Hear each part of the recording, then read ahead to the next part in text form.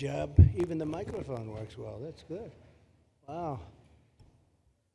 Well, I'd like to just thank everybody for the incredible job they've done. I love the state. As you know, Ron and I have had a really great relationship for a long time. We had a little off period for a couple of days, but it didn't last long. It didn't last long, and a lot of respect for each other.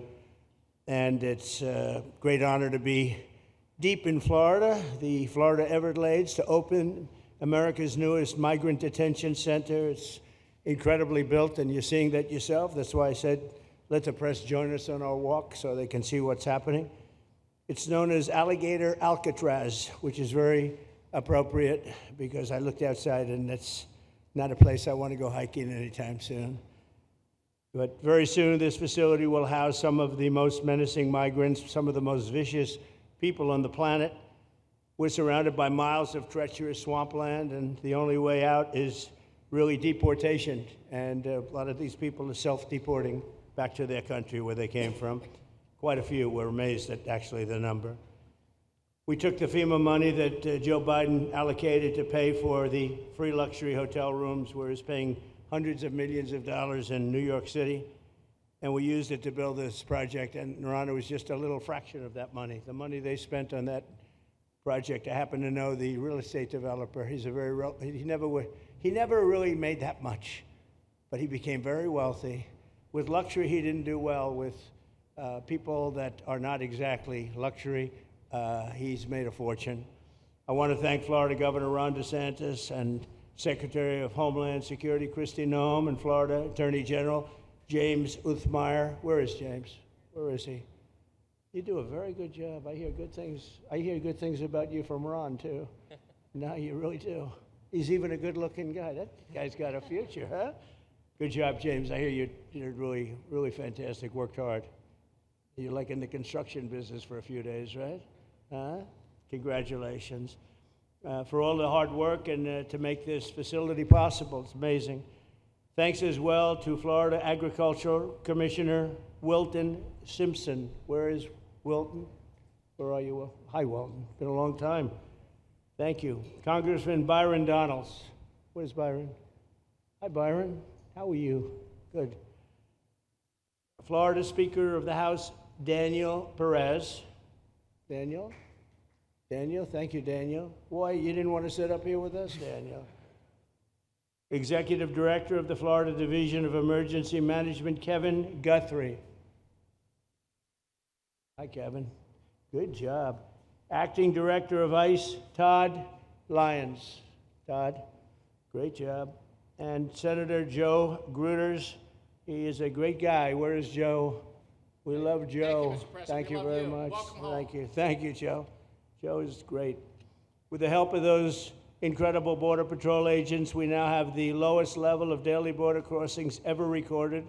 As you know, last month, the month of May, just got released 2 days ago, the number of illegal aliens into the United States was zero. Zero. Even I find that hard to believe. Somebody must have gotten in, I think. I don't know, but they say zero. And the people that count them are radical left Democrats. So when a radical left Democrat tells me it's zero, I believe him. But there's still much work to do. In the 4 years before I took office, Joe Biden allowed 21 million people, that's a minimum, I think it was much higher than that, illegal aliens to invade our country. He invaded our country just like a military would invade. It's tougher because they don't wear uniforms. You don't know who they are. More than the populations of New York City, Los Angeles, Chicago, Houston, Phoenix, and Philadelphia combined. That's what came into our country from prisons, from mental institutions, from street gangs, drug dealers. It's disgusting. This enormous country-destroying invasion has swamped communities nationwide with massive crime, crippling costs, and burdens far beyond what any nation could withstand. No nation could withstand what we did, and we're in the process of doing it, but we have some great people doing it now, and you see them up here with me, but it's, I'd call it like an unforced era. It's sort of like men and women sports. It's sort of like transgender for everybody. How could they have done this to our country? And we're never going to forget it. Last year, 15% of all the hotel rooms in New York City were used to house illegal aliens at costs that they never got for luxury. They never got this much for luxury people coming in from the wealthiest places on earth. They made more money with the illegal immigrants, with many rooms costing more than $300 a night, 6 times the rent of a typical American family. In Denver, Colorado, the city was forced to cut $10 million from its police and fire department budget as part of a $90 million plan to house illegal aliens. And it's a population that's growing and growing and destroying Denver and growing. And again, it's destroying Denver. And it's destroying many other cities too. Likewise, one of the city's largest hospital system is drowning in unpaid medical bills, unpaid in the billions, after their emergency rooms were flooded with tens of thousands of illegals, leading to the closure of critical services. And these are really critical services. They can't even keep them open for American patients. The American patients were treated worse than any illegal immigrant.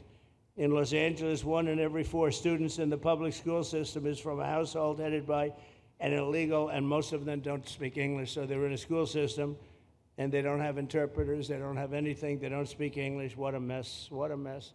Unforced error, all these people allowed to come in. The United States is now spending $78 billion a year on translation. Okay, think of that, $78 billion a year on translation, and smaller numbers on special education programs for non-English speakers in our public schools. So $78 billion, I think that's not a mistake.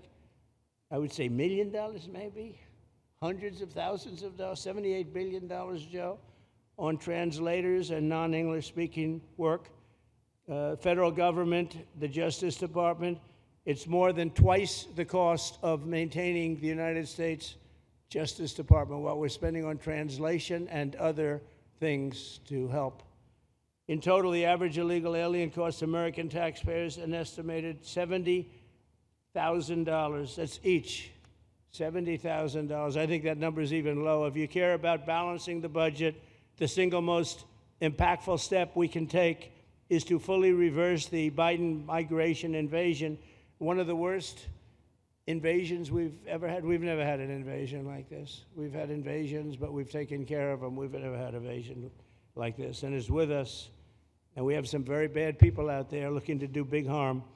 That's why the One Big Beautiful Bill includes funding for 3,000 new Border Patrol officers and 10,000 new ICE agents. And I've gotten to know the Border Patrol and ICE very well. Unlike Kamala, she was the border czar, but she never saw the border. She never made one phone call. She was some border czar. She would have been some president. Probably would have been slightly better than Biden, though.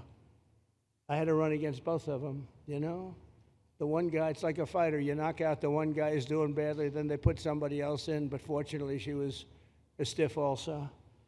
Otherwise, I would have been very angry. I would have been extremely angry.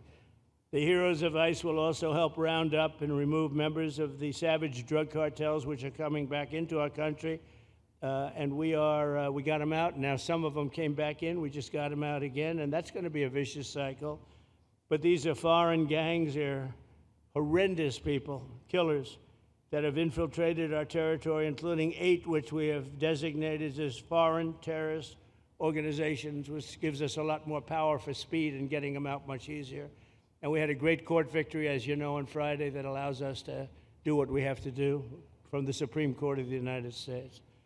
In 5 months, my administration has already arrested over 2,700 members of the murderous Venezuelan gang known as Tren de Aragua, including a pack of these sadistic animals arrested last month with over 280 guns, and these are guns of the latest caliber. These are guns that were made over the last period of less than a year, getting brand new guns, the latest and the greatest. Every day, our brave law enforcement officers are hunting down and deporting migrant criminals who have committed heinous crimes, including more than 13,000 murderers, 11,888 to be exact, but I'd probably say the 13,000 is right also. Think of it, 11,888, and more than half of them, they committed more than one murder. So, Ron, many of them are out of here already, but it's still it's a hell of a number to be confronted with. Just this year, ICE agents in Miami have apprehended illegals with arrests for murder, kidnapping, rape, child sexual abuse, and arson, people of the worst order.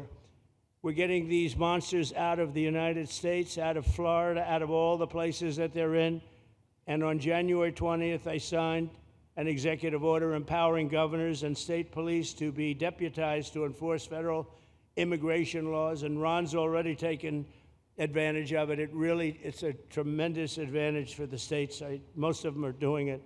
Actually, the blue states tend not to do it. Even a couple of them have, though. And I want to express my tremendous thanks to the state of Florida for embracing this opportunity and being a true partner. They've worked so well with the federal government. It's been just a beautiful, beautiful partnership. So, Ron, I'd like to thank you personally. You are my friend, and you'll always be my friend. And we may have some skirmishes even in the future. I doubt it, but we'll always come back because we just we have blood that seems to match pretty well. We have a relationship that's been a very strong one for a long period of time, and I appreciate it, very much appreciate it. And also, Secretary Noem, I'd like to have you say a few words. You have been unbelievable, the job you've done. You and our favorite person, Tom Homan, have done, and your whole staff, because it's a lot of people, and Tom acknowledges it all the time. He respects you so much. He respects the staff that you both built. And you're really doing one of the great jobs. And it was great that you could work with Ron in Florida so well. Built such a great facility. So please say a few words. Thank you very much. I don't know if this will work. Well, thank you, Mr. President. First of all, I want to thank you for putting the safety and the security of the American people first. And the way that you never lose focus on making sure that America stays our priority and that the families that live here get the chance to grow up and to raise their children in communities that are safe and that give them an opportunity to pursue the American dream. This facility here is a fantastic representation of what can happen when all of government works together and when it's accountable to the taxpayers and to the citizens that live here. The President signed an executive order that allowed us to build partnerships with states and with local law enforcement officers, which is exactly how things should function in this country. More power, more authority given to people locally so that they can take control of their own destiny. And so we have already been working under the 287G program to deputize law enforcement officers, whether they be state highway patrol, local sheriff's departments in all of our states, and allow them to go out with our ICE officers, our border patrol officers, and make sure that we're getting the worst of the worst off of the streets. We also recognize that as we've been doing that and returning people back to their home countries, that we need detention facilities. We need beds to put them in place so that they can have their due process before they return home. And this facility is exactly what I want every single governor in this country to consider doing with us. What happened to start this conversation was that a young man named Jimmy Percival in my office, my general counsel, who came from Florida and used to work here, called up the Attorney General and the governor and said, hey, what do you think about partnering with us on a detention facility that we could put in place that would allow us to bring individuals there. There's an airstrip close by. You guys volunteered the assets that you have and the connections that you have and worked with Kevin extensively so that we could come here, have their due process given, and return them home to their countries. And in 8 days, this facility has been stood up. And I want everybody to recognize that detention facilities that ICE adheres to is a higher standard than is required at state levels, at local Department of Corrections facilities, sheriff's offices. This is a state-of-the-art facility, air-conditioned, isolated though for security purposes, which is very helpful. And I appreciate so many people being willing to work together to make a project like this happen. Right here on this location, we'll have about 3,000 beds. Other location will have another 2,000 beds that will allow us to bring individuals across the country that we are bringing in and incarcerating for violating our laws and immediately get them out of the country as soon as we possibly can. It's exactly what we need to be perpetuating in other states. And what I would say is, I want all of you to notice these flyers that we've got, is that everybody who sees these flyers or anybody who sees these news clips should know you can still go home on your own. You can self-deport. If you go on the CBP Home app and go home now, you will get the chance to come back to the United States legally. You will get the chance to come back and do it the right way. If you don't, you may end up here. And you may end up here and being processed, deported out of this country, and never get the chance to come back. That is the consequences of breaking the law in the United States of America. Listen, our job is to uphold the law. This is a country of laws. We have a border now, and because we have a president that cares and recognizes that we need to be a nation of borders and a nation that upholds the law. If you break the law, there's consequences. We will deport you, and you will never get to be a United States citizen. You'll never even get to come back here and work and to pursue the American dream. But if you decide you want to go home now, go home, and we'll help facilitate it. We'll buy your plane ticket. We'll get you there. In fact, I just got back from Panama, Costa Rica, Guatemala, Honduras. Those countries are excited to get their citizens home. They're setting up programs to loan them money to buy houses when they get there, help them with food assistance, get their children educated, scholarships. They want their citizens that are living here in the United States illegally to come home and to be a part of their economy and help their countries grow. So this is a win-win for everyone, and I just want to end, Mr. President, by thanking our law enforcement officers, by thanking our ICE officers and our Border Patrol officers for what they do every day. They are out on the streets, and violence against them has increased over 500% since Trump has gone back into the White House, because he's upholding the law and because a bunch of liberals, socialists, and Marxists are out there lying about what President Trump is doing. President Trump is upholding freedom by what he is doing. The freedom to live safely in this country and to do things legally and to have justice. And because those liberals, and I'm calling out you, CNN, I'm calling you out because you lie every single day about what these operations are. We are going after murderers and rapists and traffickers and drug dealers and getting them off the streets and getting them out of this country because Joe Biden let the worst of the worst come in here. The other day I was talking to some marshals that have been partnering with ICE. They said that they had detained a cannibal and put him on a plane to take him home, and while they had him in his seat, he started to eat himself, and they had to get him off and get him medical attention. These are the kind of deranged individuals that are on our streets in America that we're trying to target and get out of our country because they are so deranged they don't belong here.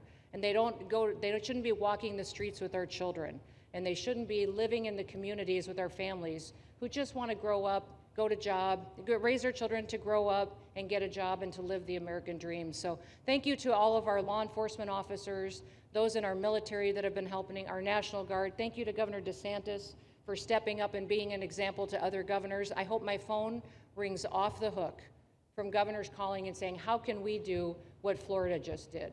How can we do exactly what they did? Because we need this big, beautiful bill.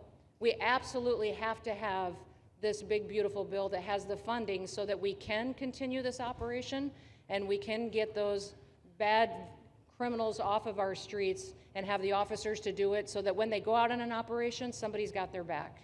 Somebody's got their back, they can do it safely, and they can go home to their families at night too. So this bill needs to pass through Congress so we have the resources at the Department of Homeland Security to make sure that our homeland truly is secure. And Mr. President, thank you for Stephen Miller. I just want to thank you for him. This guy calls me night and day and tells me all of his wise advice and wisdom, but he's a rock star because he loves this country and he's passionate about making sure that nobody is prioritized over an American citizen. We love everybody. We do. We love everybody. Not everybody. Well, a lot of people. But we shouldn't be putting people illegally above citizens. We should be making sure that we do things right, and that's what America has always stood for, and we're an example to the rest of the world because we do it right. So, Mr. President, you surround yourself with great people, and I think that's because everybody wants to work for the greatest president that the United States has ever had, and that's President Donald J. Trump. Thank you very sir. much, Christy. That's Thank so you for nice. your. Thank you. Thank you very much. And I have to say that, you know, when Christie's name was put before me by Tom Homan, by the way, because I wanted him for the border, and somehow I thought that was going to be good in that sort. But he didn't want the upper job, and I said, who do you recommend? Christy Noem. I said, oh, are you kidding? She's great, but she's such a fine, elegant person. He said, sir, she's tough as hell. I said, are you sure? You are tough as hell, I tell you, and you do it in a very nice way. But you are. If you ever saw her ride a horse, she rides a horse like she should be in the rodeo. She's like an unbelievable horse person, and you've done a fantastic job. And Steve Miller would even agree to that. And he likes nobody, by the way. I don't think he likes anybody. And another one we like is Ron. And Ron, would you say a few words, please? Sure. Well, thank you, Mr. President. Welcome back to Florida. And I think this is the first time you've been back since the events of a couple weeks. So just let me say, as somebody that was serving on active duty in Iraq back in the day, we witnessed the number of our troops that were killed or wounded by the Iranians. We know that they're a militant Islamic regime that was hell-bent on getting nuclear weapons, and under Joe Biden, they were about to get nuclear weapons. And because of your strong actions, those dreams and those ambitions have been reduced to rubble. And I thank you. I know a lot of veterans thank you, and people in Florida really thank you for stepping up and really making a strong, tough, but strong decision. I think we're much safer as a result of that. Now, on the immigration, I think President Trump's election represented the chance for us to finally solve this illegal immigration and border problem once and for all. I knew he was going to do the border, although he did it very quickly and very thoroughly. I think that no one can say that that's been anything but a spectacular success. But then we have the issue of Biden let in how many millions of people? And you had millions that had been in over decades previous to that. You can't have a country if you don't have respect for the rule of law. You can't have a country if foreigners get to decide who comes in. No, we, the American people, make that decision, who's allowed or not allowed to come into our country. We've seen Europe be overrun by open borders, so we're not going to let that happen here. So when President got elected, I knew that the states had an important role to play in facilitating this really, really historic mission. We're the only state in America, Florida, that requires full cooperation with ICE from all state and local law enforcement entities. And what is the net result of that? We have these agreements for these 287G task force with sheriff's departments, police departments, state agencies, and it's really instrumental in rounding up a lot of really bad people who shouldn't be here. If you look at the number of those full-blown 287G agreements that have been executed around the country, the state of Florida counts for 60% of those. If you look at the number of immigration arrests of illegal aliens on any given day, the arrests happening in Florida constitute between 15 and 20%. Nationwide. So we're all in on this because we understand how important it is to our citizens. It crowds schools, it crowds medical, it crowds housing. Yes, you have illegal alien crime as well, and people want the problem solved. And the only way we're going to solve it is if states like Florida step up and help the president, help Secretary Noem get the job done. Now, this facility here was really in response to us working with DHS and ICE from the time the president got sworn in. And the number one thing they kept coming back to was, Biden decimated the agency. I mean, let's just be clear. You could have illegals in Florida. Biden would just release them. Even when they had notices or they had orders to be removed, Biden wouldn't send them back. So their interior enforcement collapsed under Biden. So they're building it back up. But they're like, we need detention space in order to be able to bring about more deportations. And so what we have here can hold 3,000 now. We have 2,000 facility up at Camp Blanding that we're going to be open, which is our National Guard site. But think about what you have here. They come here, say they already or been ordered to be deported. You drive them 2,000 feet to the runway, and then they're gone. It's a one-stop shop. And this airport that's been here for a long time is the perfectly secure location. It's going to make a big difference. And let me just thank everyone who was involved. We got the call from DHS a little bit more than a week ago, and here we are 8 days later with this facility open, and as soon as Air Force One departs, it'll be swept, and it'll be open for business to be able to do. But our goal here is to process them and be able to effectuate their return to their home country. This is the opposite of what they were doing in New York by just putting them up in a hotel and then just letting them stay there indefinitely. No, we want to be able to send back. And when you walk into the processing, the president and I, Secretary Noem, Kevin Guthrie, walk through that initial intake. The first thing you see is information on how to go home on your own. Why would you want to come through Alligator Alcatraz if you can just go home on your own? I think a lot of people are going to make that decision. So you're going to have a lot of deportations that are going to be done by the administration, but I think you're going to have a lot of voluntary as well. So this is a force multiplier for the president's efforts. I would just say, and echo what Secretary Noem says, there is no reason why other states can't be doing it. And I know Louisiana, Texas, a couple of them, but we've got if only the red states did this, they would be able to expand their capacity by tens of thousands, maybe 50, 100,000 on a given day. That's how you really start to make a difference.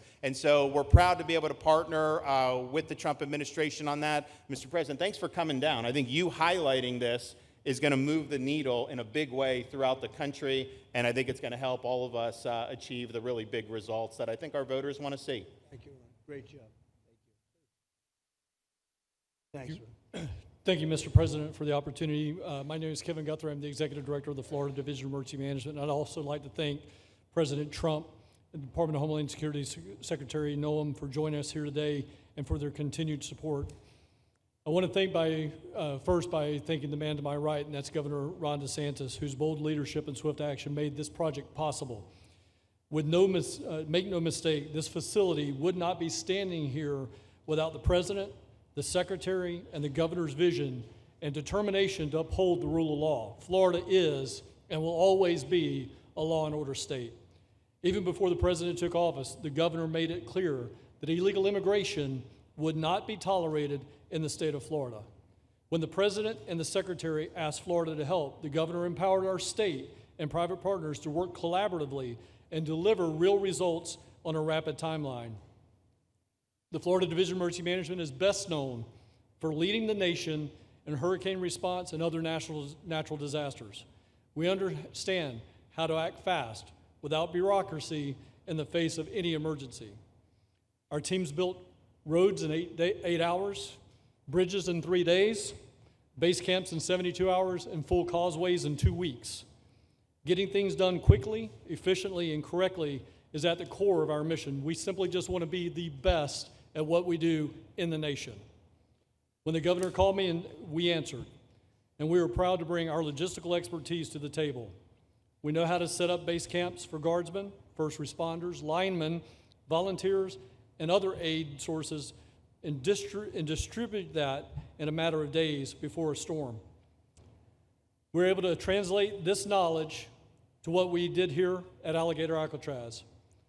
Florida has put the best teams together who check their individual logos and egos at the door to get this done. Not just for you, Governor, but Mr. President, for you as well. There are over 13 different vendors that came together to get this solved in 8 days. Truly a whole of private sector partnership to get that done. Behind you on these boards, in only 8 days, we have built a fully compliant detention facility with a detainee capacity of up to 3,000 people, with room for additional capacity if you asked us to do so.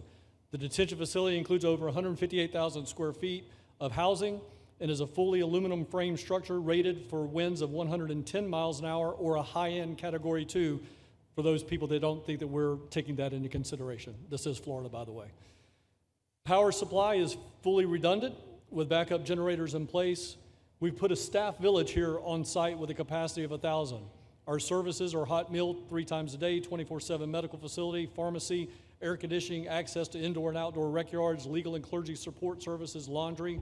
Our security element is over 200 security cameras throughout the facility, more than 28,000 feet of barbed wire, 400 plus security personnel to include 200 men and women, soldiers and airmen underneath Major General John Haas's command as the Adjutant General of Florida. And it's all surrounded, as you pointed out, Mr. President, by 10 miles of beautiful Florida Everglades. Contingencies, as with all state correctional facilities, we have a hurricane plan. We will not wait for a Cat 2. We will follow our normal evacuation procedures as we do for any other facility statewide in our great state of Florida. We have on-site fire and EMS resources so that we do not we don't burden the locals with any type of response. All in all, sir, this has been a perfect state logistics exercise for this hurricane season. Everything we did here in the last 8 days God forbid, if we have a hurricane, we're going to do it again. This was a dress rehearsal for us, and we are ready, willing, and able to support you, sir, the governor, secretary, and everything, and now is a fully functioning facility. We are happy to support you, Mr. President, Governor, Secretary. Fantastic job. Thank you.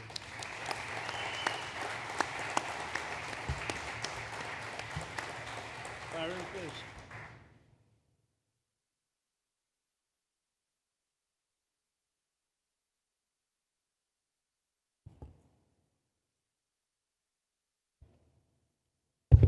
There we go. First of all, Mr. President, we all have to thank you for your leadership and for the mandate that the American people gave you to finally secure our borders and to deport criminal illegal aliens and longstanding illegal aliens out of the United States.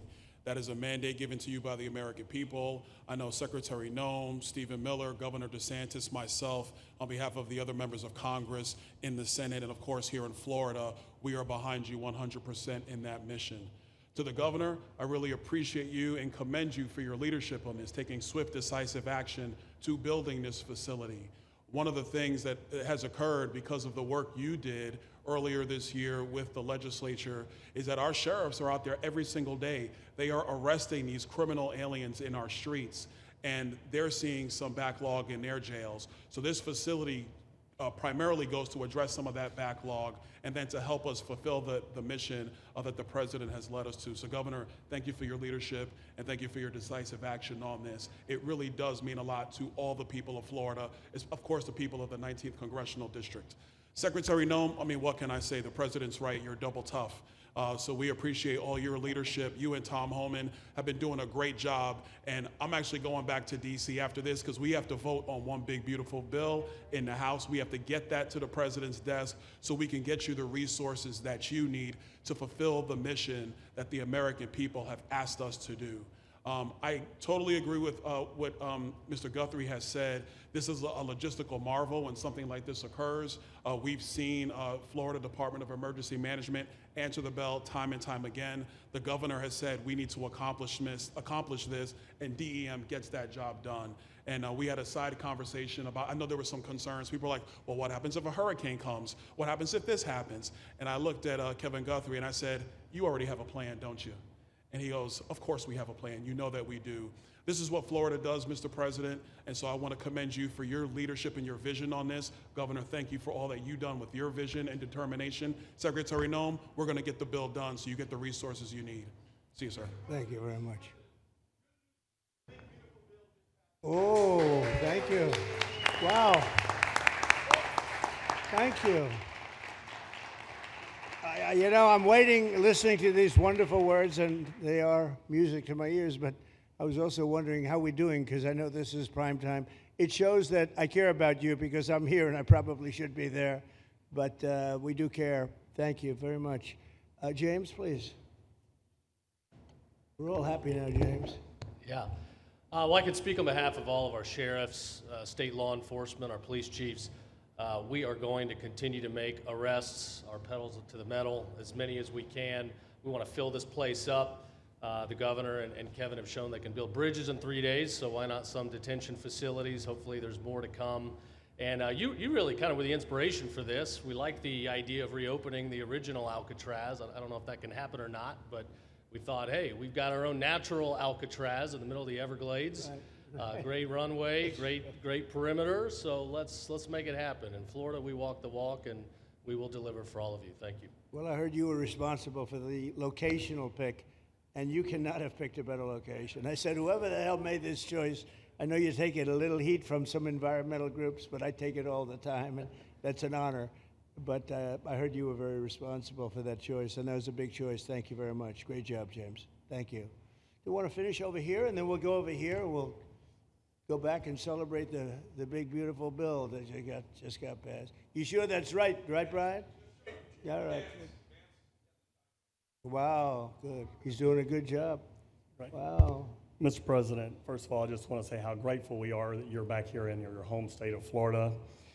You've been doing an amazing job, not only at our border, but around the world, keeping this country safe and Americans.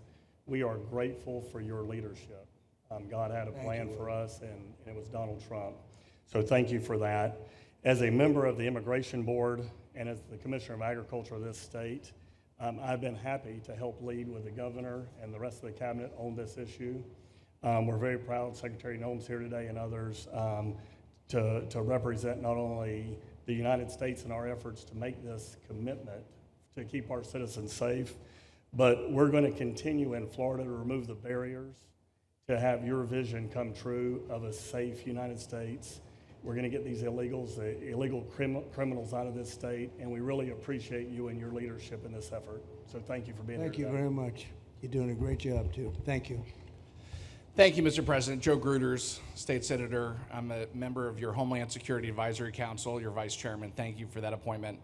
And thank you for coming back to Florida and everything that you do. Every single day you are delivering on the promises that you promised to us at all of the events you've done throughout the years, but specifically this last campaign. You deserve all the credit for everything, and you are surrounding yourself with incredible people like Secretary Noem, Stephen Miller.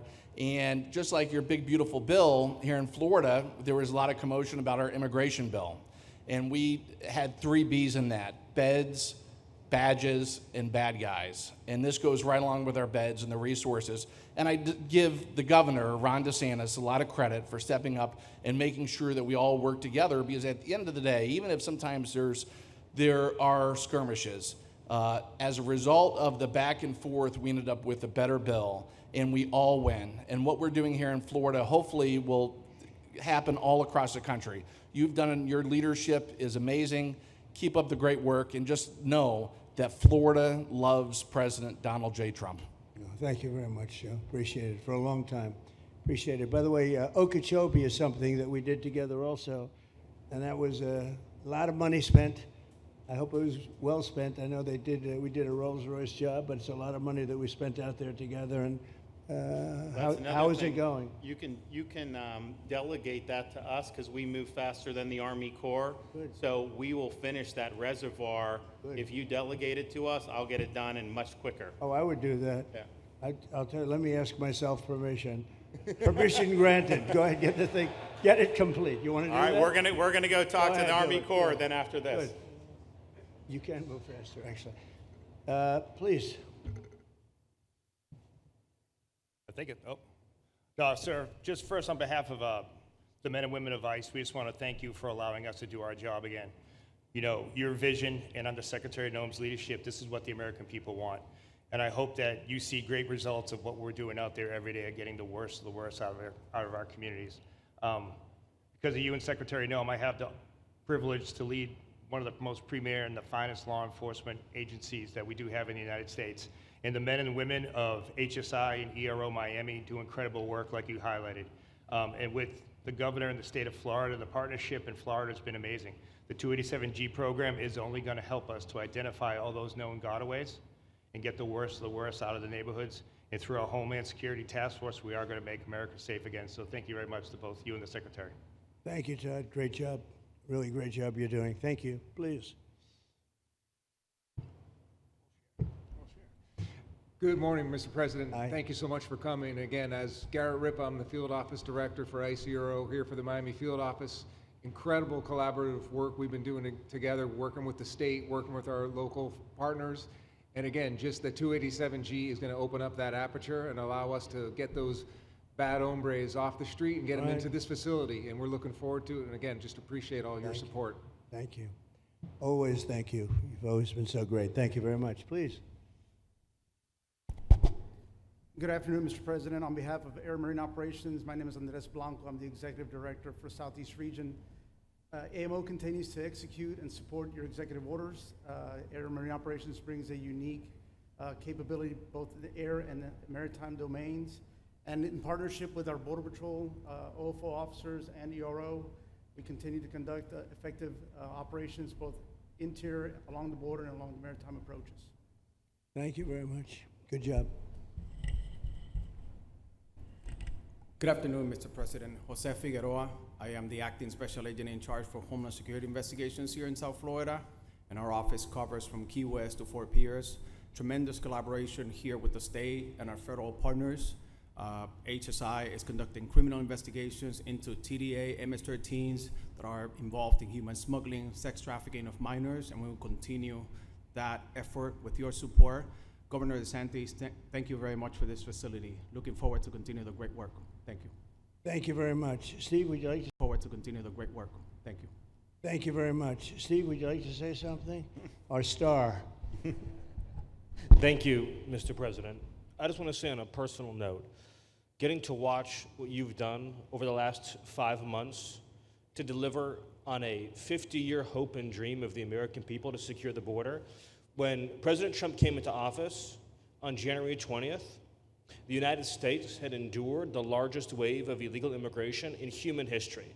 Not just American history, human history.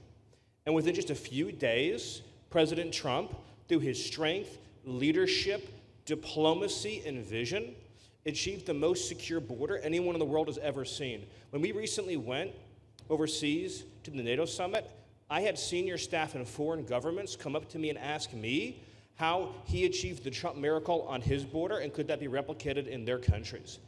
For individuals who don't work in this space, to have 0 successful illegal entries in an entire month should be an impossible achievement. There's a 2,000-mile border with one of the poorest countries in the world, and you have open travel from 150 countries into Central America and South America. There are 2 billion people in the world that would economically benefit from illegally coming to the United States.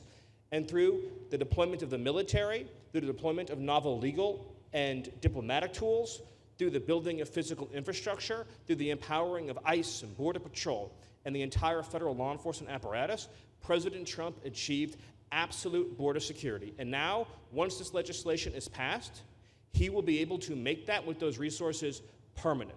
Watching what you've done, sir, has been one of the honors of a lifetime. I'm proud to be able to play any role in it. And what President Trump is going to achieve next with the resources in this bill will make America safer, stronger, freer, more sovereign, and more prosperous than it has ever been before. Thank you, sir. Thank you, Steve. Oh. Thank you. And the bill is going to be great for Ron. It's going to be great for Florida, too. A lot of set-asides for Florida, some of the things that you wanted to do. And so it's great news to hear that it was approved. Do you want to take a few questions, Ron? We'll take a few questions from these. Yeah, please, go ahead. Yeah. Thank you, Mr. President. Given the likelihood of the One Big Beautiful Bill passing, and we look forward to the success of this facility here, how many more facilities like this do you feel that the country needs in order to enact your agenda of mass deportations? Well, I think we'd like to see them in many states, really, many states. This one, I know Ron's doing a second one, at least a second one, and probably a couple of more. And, you know, at some point, they might morph into a system where you're going to keep it for a long time. You know, it's not that far away from jails that take years to build, and money is spent and wasted. And, you know, like the railway that they have in California that costs like 40 times more than it was supposed to cost. The same things happens with prisons. You look at this in a short period of time. Ron, James, and some of the people that really worked on it along with our people, they did this in less than a week. And you look at it, it's incredible. The incredible thing is picking the site, because the site was one of the most natural sites. It might be as good as the real Alcatraz site. You know, it could be. Well, that's a spooky one too, isn't it? Huh? That's a tough site. But so I think it could last as long as they want to have it. I mean, you may morph this into, you know, your prison system, frankly, which I know you always need, unfortunately. I'd like to say, you know, a little controversial, but I couldn't care less. We have a lot of bad criminals that came into this country, and they came in stupidly. It was an unforced error. It was an incompetent president that allowed it to happen. It was an auto pen maybe that allowed it to happen, and it did happen. But we also have a lot of bad people that have been here for a long time, people that whack people over the head with a baseball bat from behind when they're not looking and kill them, people that knife you when you're walking down the street. They're not new to our country. They're old to our country. Many of them were born in our country. I think we ought to get them the hell out of here, too. You want to know the truth. So maybe that'll be the next job that we'll work on together.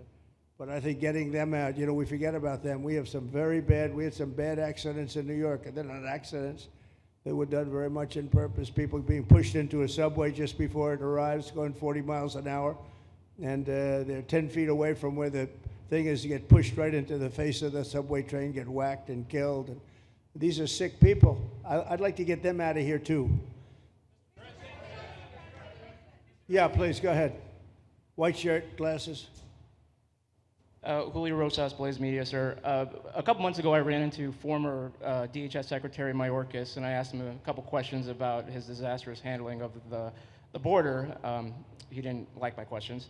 But the number one question that I heard from people in responding to my video was, why hasn't he been arrested yet? Obviously, you guys are cleaning up the mess that was made deliberately for the past 4 years, and so people want accountability. It's great to see that the border is secured, and it's great to see the state level cooperation. But I guess I would ask you, why hasn't he been held accountable, or anybody really? Well, pardons were given out by to many people, and they shouldn't have been given out. Like the Unselect Committee of Political Thugs was given a pardon because they destroyed all of the information from 2 years of hearings, and they should be arrested, but they were given pardons. Was he given a pardon, Mayorkas?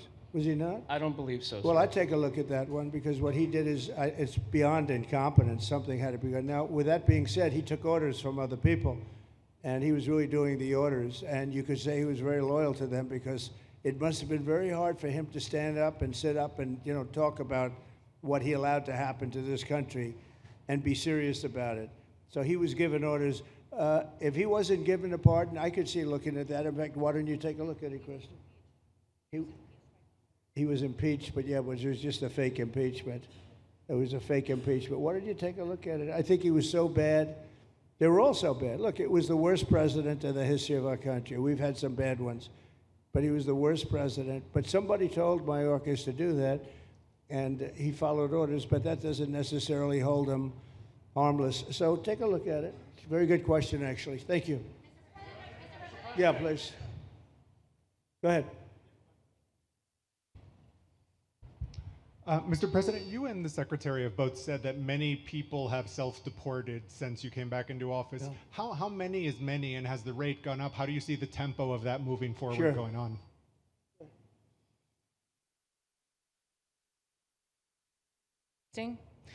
We have had several 100,000, but also we have many that have self-deported, not even using the CBP Home app.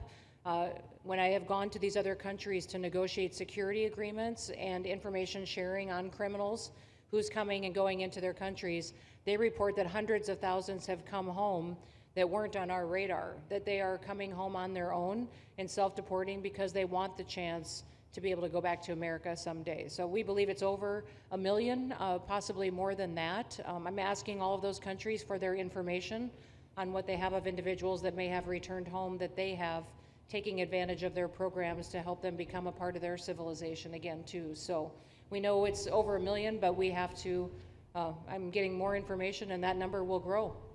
If they don't leave, they never get the chance to come back. If we have to take them out, and we will, they'll go out, but they never get a chance to come back. The other way, we actually make it a little bit easier for them to come back.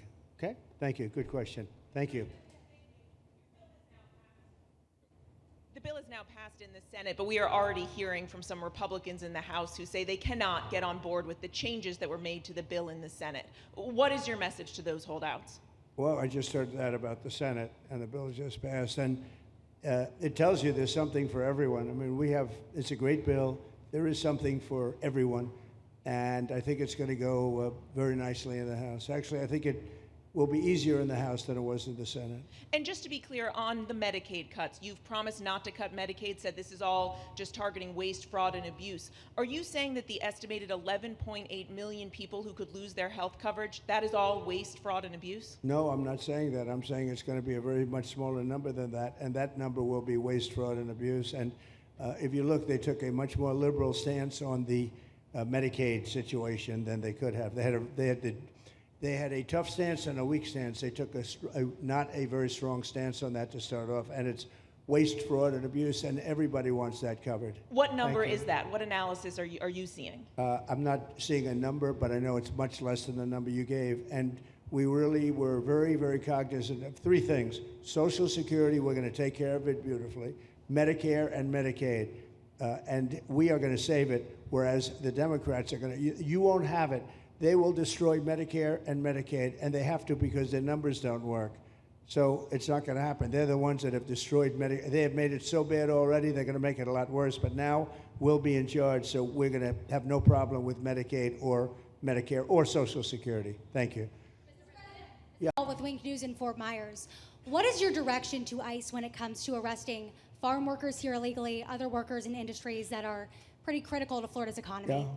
Well, we're very much cognizant of that, and as you know, I won the farmers by 92%, and I'm not going to be abandoning my farmers. We were strong on the borders, but we're also strong for the farmers and for others in the hotel industry, et cetera. You know, we have similar situations, and Christy and I, and we'll be working with Ron and a lot of the states.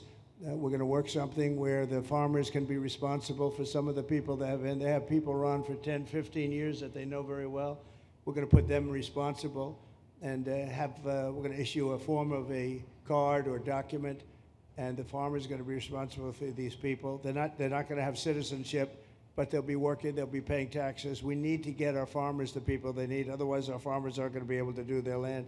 You know, it was tried once before, many, many years ago, where there was a very strong guy, and he got everybody out, and every farm, almost in the country, but every farm in California, every farm in Iowa, almost all the farms went bankrupt. They had nobody to work, and we don't want to have that situation. So we're going to work it. We're going to put our farmers and others in charge of the people that they have under them. They know the people, and I think it's going to work out really well. We're going to take care of our farmer, but we're going to get the criminals out, okay? Yeah, go ahead, please. Thank you. Mr. President, how do you respond to critics who fear that a 3,000-bed detention center and the waste that that could produce will pollute the surrounding federal protected land, including land that both administrations have invested billions of dollars in restoring? Well, I was one of those that invested billions of dollars and hundreds of millions of dollars right here in the Meadowlands, but in the Everglades, and the Meadowlands too in New York. If you look at what we did up there, speaking of the Meadowlands, a lot of places like this, but this is a very unique one. One thing I'll say about this land, we'll be gone 1,000,000 years and this land is still going to be here. It's not going to be much different. You'll have the water moccasins, you'll have the alligators. You may not have people, but you're going to have all those animals. They're going to be around, and you got plenty of them out here.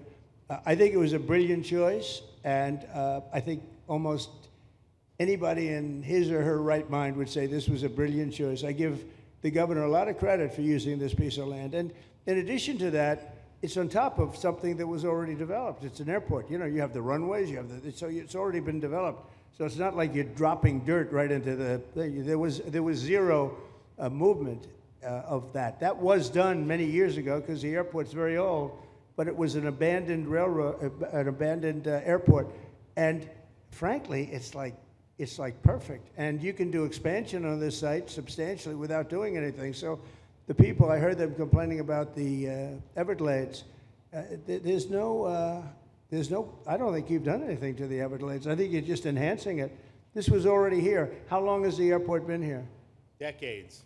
Many decades, yeah. And they have, Kevin, all these guys, you know, have a waste plan, like the wastewater gets trucked out, potable water gets, literally, they have, even our DOT has put things up in case there's any seepage, which we don't. So you are literally doing this on concrete that's already here. So I don't think those are valid and even good faith criticisms, because it's not going to impact the Everglades at all. President's been a champion, we've been a champion, really changed the game in Florida on it. I think it's just people don't want to see illegal immigrants deported, and that's their ideology, and they have a right to that. But illegal immigration's unpopular, so they know that they're going to have less effect trying to do it. So they're going to try, oh, well, no, it's just about the Everglades. But really, I think a lot of those people, they just don't want to see illegals deported. Because if you actually hear everyone's here, you obviously know there's zero land that's being disturbed. Well, you know, when we talk about popularity, though, I will say I ran on the issue of illegals, and we have to get them out. And I won 82% on that issue. So I think that they may not like certain aspects of it, but ultimately they do not want them in their country. And if this is a part of a use, but I think from an environmental standpoint, it's incredible. In fact, when we landed that very big, heavy plane today, They came out and checked it fairly. I think they want the president to be able to land on a piece of concrete that's not going to go 6 feet underground. And they checked it. They came back and they said, this thing is really solid. So it's been there a long time. It's going to be here a long time. And it was a great choice of a site. Thank you. Yes, please. Brian, go ahead. Yes, sir. The people of Syria were recently seen on the streets waving American flags, chanting Trump, Trump, Trump. They're so appreciative of the economic sanctions that was lifted on that country, giving them a little bit of hope for prosperity. You want to comment on that? Well, they're great people, and the man that is leading them has a reputation. He's the head of some pretty tough organizations, and a lot of people criticized me for that. I said, well, what are we going to do, take him out of a day school, a country day school?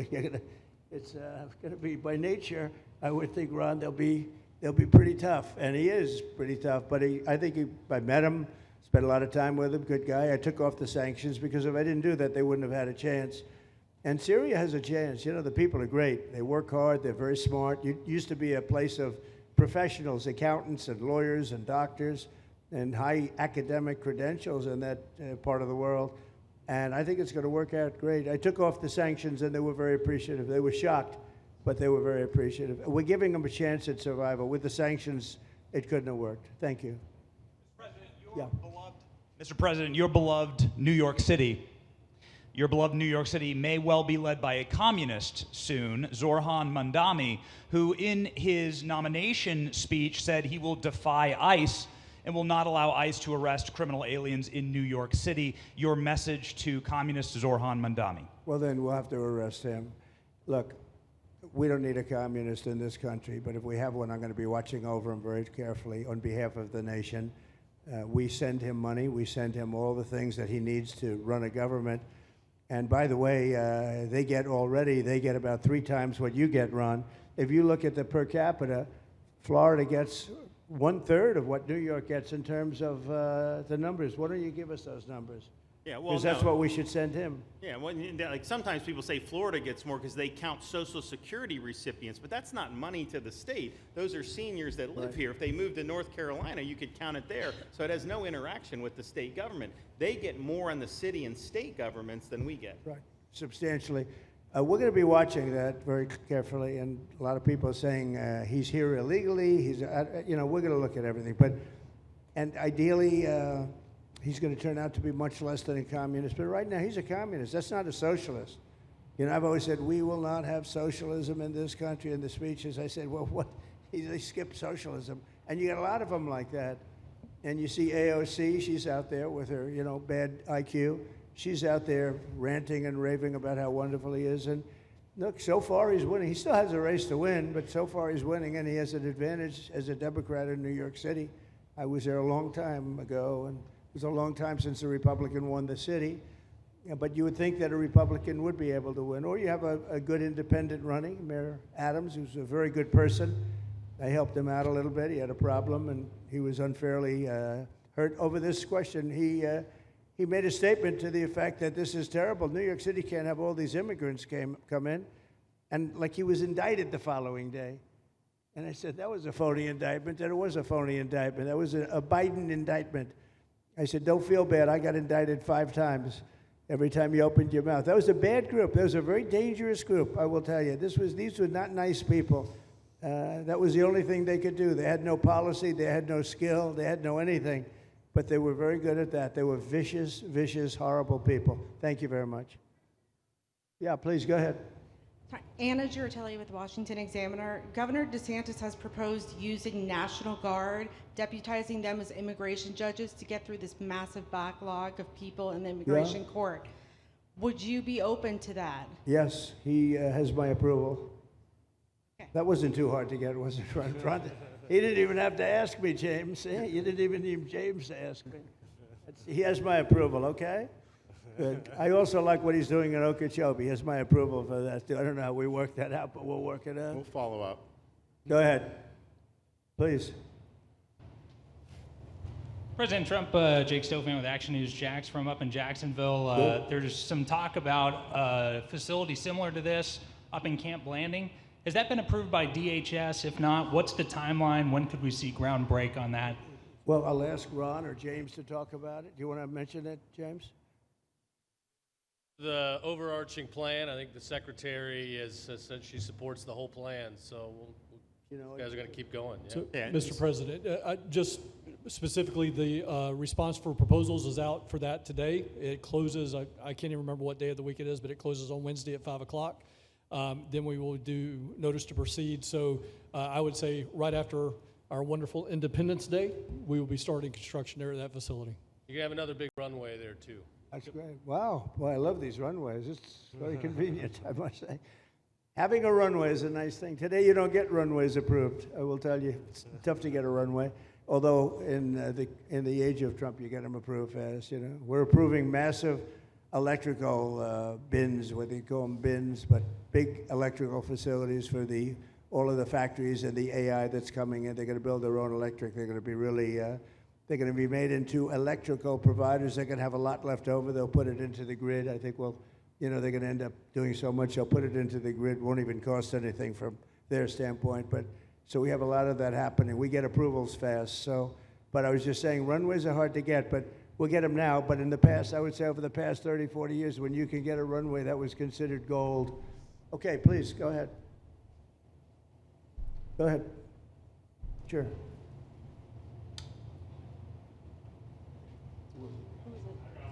Okay, go ahead. Yes. President Trump, Laverne McGee, News 6 Orlando. You have fulfilled several campaign promises along with the help of Governor Ron DeSantis. What is the next campaign promise that you plan to fulfill to the American people? So we have turned this country around in less than 6 months.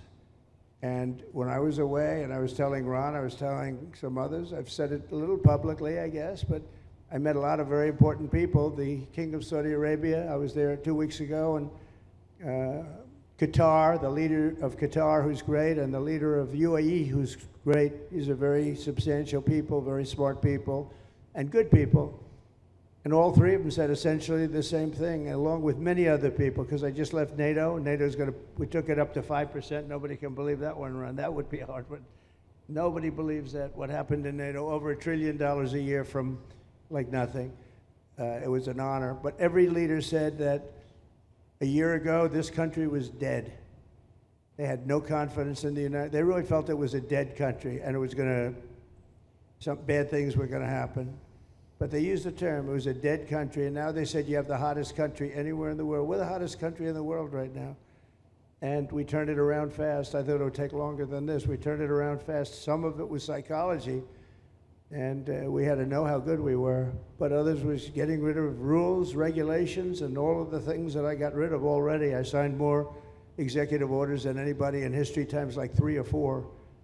And I got rid of just one. I got rid of the other night. You buy a house, they have a faucet in the house, Joe, and the faucet, the water doesn't come out. They have a restrictor. You can't, in areas where you have so much water, they don't know what to do with it.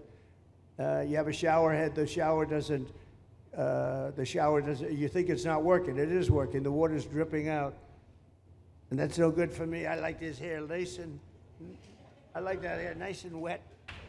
You have to stand in the shower for 20 minutes before you get the soap out of your hair. And I put a thing in, and it sounds funny, but it's really not. It's horrible. And when you wash your hands, you turn on the faucet, no water comes out. You're washing, the water barely comes out. This was done by crazy people. And I wrote it all off and got it approved in Congress so that they can't just change it, because I did it in my first term. Everyone was so happy. And then one of the first things that Biden did when he came back is he put the restriction on showers, toilets, and sinks. Put this restriction, and washing machines. The washing machine, they give you like a quarter of this bottle to do your clothing. And people needed 10 of these bottles. And the people came to me from Whirlpool, and they said, we can't make a machine that's competitive. We can't make a machine anymore. It doesn't work. Why? They don't let us use water. Do you have any problems with water? No, we have so much we don't know what to do with it. You know, it comes down from heaven, right? And I approved all of that, the washing machines, the whole thing. The dishwashers, that was the other one. They give you like this much water right up to there to do your dishes. So people, you know what they do? They keep pressing the button. So they end up doing the dishes 10 times. They end up using more water than you would have used if you did it right in the first place. So all of that stuff has been written off. It sounds crazy. It's little things. The straw. I let you go back to a plastic straw. I was tired of having straws melt in my mouth, you know? It wasn't working. The paper wasn't working too well. So these are little things that I did. Then we have the big things. We have the biggest things, and that has to do with some of the subjects we're talking now. I think the things we're talking about now are the biggest, because if you don't have borders in this country, borders and good elections, and we're working on that next. There's some bills coming in that's going to make sure that you're a citizen, that people aren't counted in the voting when, you know, they were here and they're here as illegals and they're criminals in many cases, and they give them a count, and you end up with extra congressmen. We're going to work on that. We're going to straighten that out next. That's going to be easy compared to what we were doing. But we did the big things too. But little things like that, a straw, little things like a washing machine with no water. People go out, they spend all their money on a washing machine. The damn thing doesn't work. You can't use the water. Then you go to your sink and that doesn't work either. You're stuck. You know what you do? You have dirty plates the next day. That's it. And we solved so many common sense problems. And they weren't easy. You know, there are people that really believe in this stuff. But, you know, most states have so much water they don't know what to do with it. And look at North Carolina. I mean, they had a lot of water, and they have to get restrictors on their, you know, on their kitchen faucet. So we're very proud of the things we did, and we're going to do a lot more of them. Yeah, please, go ahead. You guys in good shape. Hey, it's Eric Bowling. How you doing, sir? Something we've talked about for, I'd say, better part of 20 years. I think it's something near and dear to your heart, energy, our energy security. Yeah. Under Joe Biden, average price of oil for the 4 years was about $79 a barrel. He drained the SPR halfway down, promised to replenish it, never did. That's right. Under you, first term, $53 average price for 4 years. Biden was $78 for 8 years. It was never refilled. The question is now it's $64 or so. Yeah. What coming down rapidly. Coming down, and what a great opportunity to fix another one of Joe Biden's problems, one of the things he broke in America, giving us the energy security of an emergency SPR, Sure. fill it to, maybe even go beyond and fill it to 1 billion barrels this time at a much cheaper price. Thoughts on the energy sector? So it holds 77 million barrels, and we had it up to the top, if you remember. And I was proud of that, and I made a deal to buy it at the lowest price of oil. It was a good deal, good instinct. And we filled it up, and when he came in, he started using it to keep oil prices down because he blew our energy policy out. Energy and his bad spending is what caused inflation. So now we have no inflation. Gasoline just hit $1.99 today in 5 states. $1.99, isn't that a nice sound? It was up to $4, and going up to $5, $6, and $7. In California, it was $7.70. But we just hit in five states, $1.99, $1.98. And it's coming down to that level, so that'll be a big thing. And one of the reasons the prices and costs are going down when you go to the supermarket, because I said I was going to get costs down. We're getting the costs down. Food is coming down. When I came out, my first week, if you remember, I had a lunatic reporter screaming at me saying, eggs are going through the roof. What are you going to do about eggs? I said, I just got here. I didn't know anything about eggs. I had to call you. I said, look, I just got here. Tell me the problem. Well, they're doubled in price, and they're going to be 5 or 6 times higher. They were right, actually. I said, let me work on it. And now we have eggs down to the same numbers it was when I first came in. You know, we lowered the cost of groceries. A simple word like that, groceries, it was like almost a strange word. I hadn't heard the word in so long, but what could be more beautiful than the word grocery? And we have the prices way down. We have the energy way down. Energy brought the groceries down, if you want to know the truth. And, you know, so we think we're going to get it lower, and we're going to fill up the it's called the Strategic National Reserves. I had it topped out, and this guy would use them every time before the election. He'd use them whenever they had an election. It was artificial. But believe it or not, as big as that are hundreds of millions of barrels of oil, all filled up at low prices.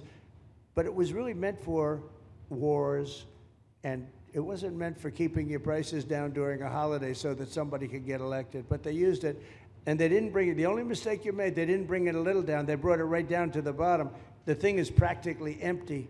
They never filled it up. They never spent 10 cents in filling it up. And we'll do that. When the market is right, we'll fill it up. I want to fill it up when the market's right. Thank you. How about one more question? Okay, please, in the back. Dana Marie McNichol, Fox News Channel. Mr. President, is there an expected time frame that detainees will spend here, days, weeks, months? And does that have anything to do with the immigration judges you just spoke about being trained and staffed here? When you say, what was the first part of your question? Who? Is there a specific time frame you expect the detainees to spend here? Days, weeks, months? In Florida? Yes, here at Alligator Alcatraz. I'm going to spend a lot. Look, this is my home state. I love it. I love your government. I love all the people around. These are all friends of mine. They know them very well. I mean, I'm not surprised that they do so well. They're great people. Ron has been a friend of mine for a long time. I feel very comfortable in the state. I'll spend a lot of time here. I want to, for 4 years, I've got to be in Washington, and I'm okay with it because I love the White House. I even fix up the little Oval Office. I make it, it's like a diamond. It's beautiful. It's so beautiful. It wasn't maintained properly, I will tell you that. But even when it wasn't, it was still the Oval Office, so it meant a lot. But I'll spend as much time as I can here. My vacation is generally here because it's convenient. I live in Palm Beach. It's my home. And I have a very nice little place, nice little cottage to stay at, right? But we have a lot of fun, and I'm a big contributor to Florida, pay a lot of tax. And a lot of people move from New York, and I don't know what New York is going to do. A lot of people moved to Florida from New York, and it was for a lot of reasons, but one of them was taxes. The taxes are so high in New York, they're leaving. I don't know what New York's going to do about that, because some of the biggest, wealthiest people and some of the people that pay the most taxes of any people anywhere in the world, for that matter, they're moving to Florida and other places. So we're going to have to help some of these states out, I think. But thank you very much. I'll be here as much as I can. Very nice question. With that, I'd like to just end by saying I want to thank Ron and James and all of the people that have done such a great job, all of your staff.